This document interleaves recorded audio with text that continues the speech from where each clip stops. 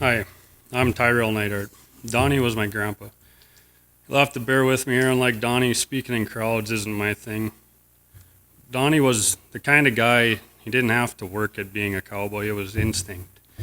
He had a natural way with horses that most people would really dream of having. He spent his entire life preserving that cowboy lifestyle. He won the state bareback title in '67 and Badlands Circuit Finals and team roping in '77.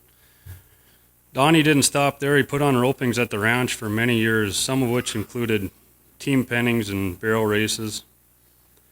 You know, it's been 20 years since he passed away, but people still talk about them ropings and how they were the last of the true cowboy ropings where you had to wear a hat. Me and my wife were down at the stock show in Rapid for the Working Cow Horse show a couple weeks back, and even there we were running into people that remember the ropings and remember coming up to them.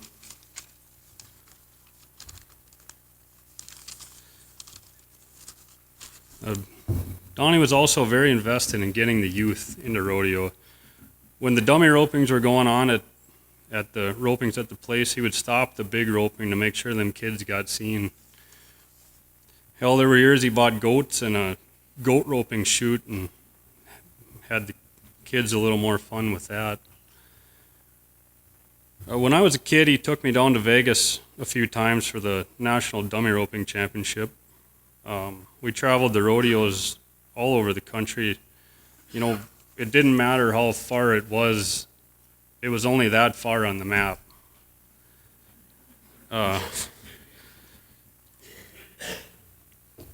There were times we'd sell horses in one sale and buy some back and go roping on them the same day.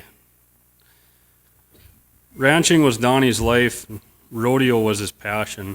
You know, I know this category's for the modern era rodeo, but I'll tell you, on that ranch every day was a rodeo. In the summertime, you'd get up at 6 in the morning, you'd work till 7 at night every day, and at 7 o'clock you'd saddle horses and you'd rope till 11. Sometimes it's just me and him, and other times the whole neighborhood would be there, but it was every night. When we'd have steers there that dragged their feet, he'd instantly cut them out, put them in the tripping pen. And if you knew Donnie at all, you remember he drug his bad foot around. But when he'd get them steers tripped, he'd blow off that big red horse and down the line like a college calf roper. It was amazing. He always favored them big stout horses, one of which being Clyde. Clyde and Donnie won every saddle horse pull they ever entered. He made sure stuff done on that ranch was done the cowboy way, from doctoring cattle in the pasture at the end of the rope, dragging calves to the fire, trailing yearlings 30 miles to summer pasture. Everything was done on a horse. Not a broke horse, but a horse that was being made into a ranch horse, whether he liked it or not. Donnie wanted to honor his fellow cowboys' legacies in such a way that he bought a horse-drawn hearse and worked many cowboy funerals. I believe Donnie deserves to be in the Hall of Fame because whether he knew it or not at the time, he worked every day to keep that cowboy way of life alive. And I encourage you to read through the binder that my wife put together. She did a great job. And there's a lifetime of achievement in there.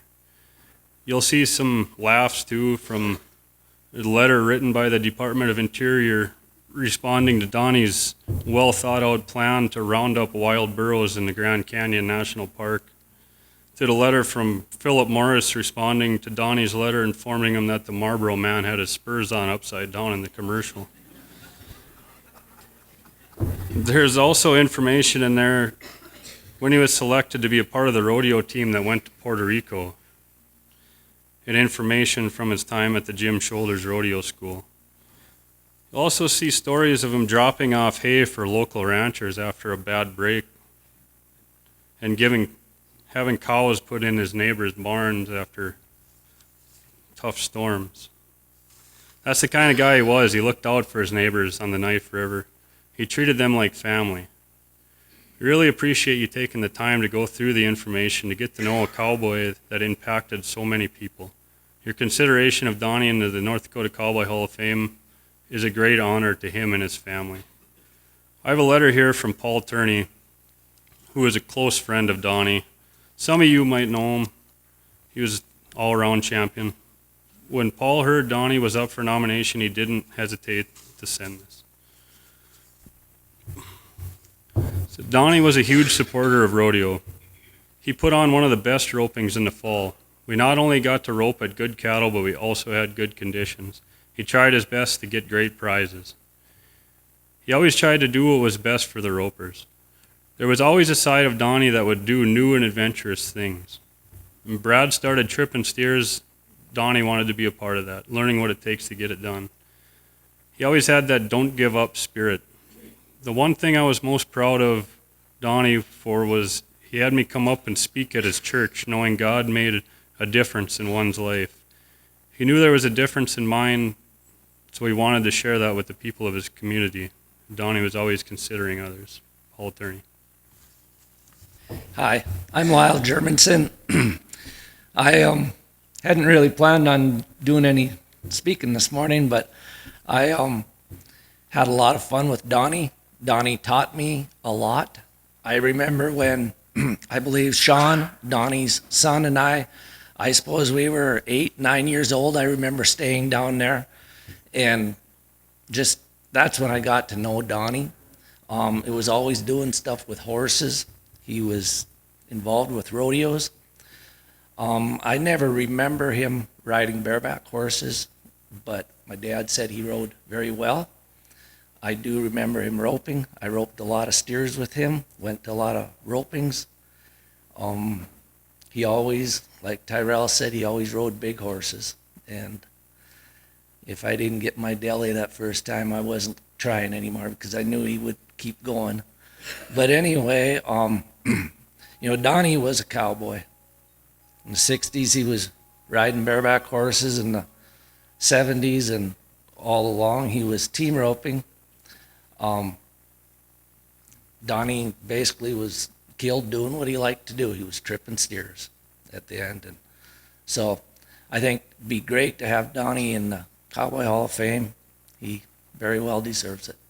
Thank you.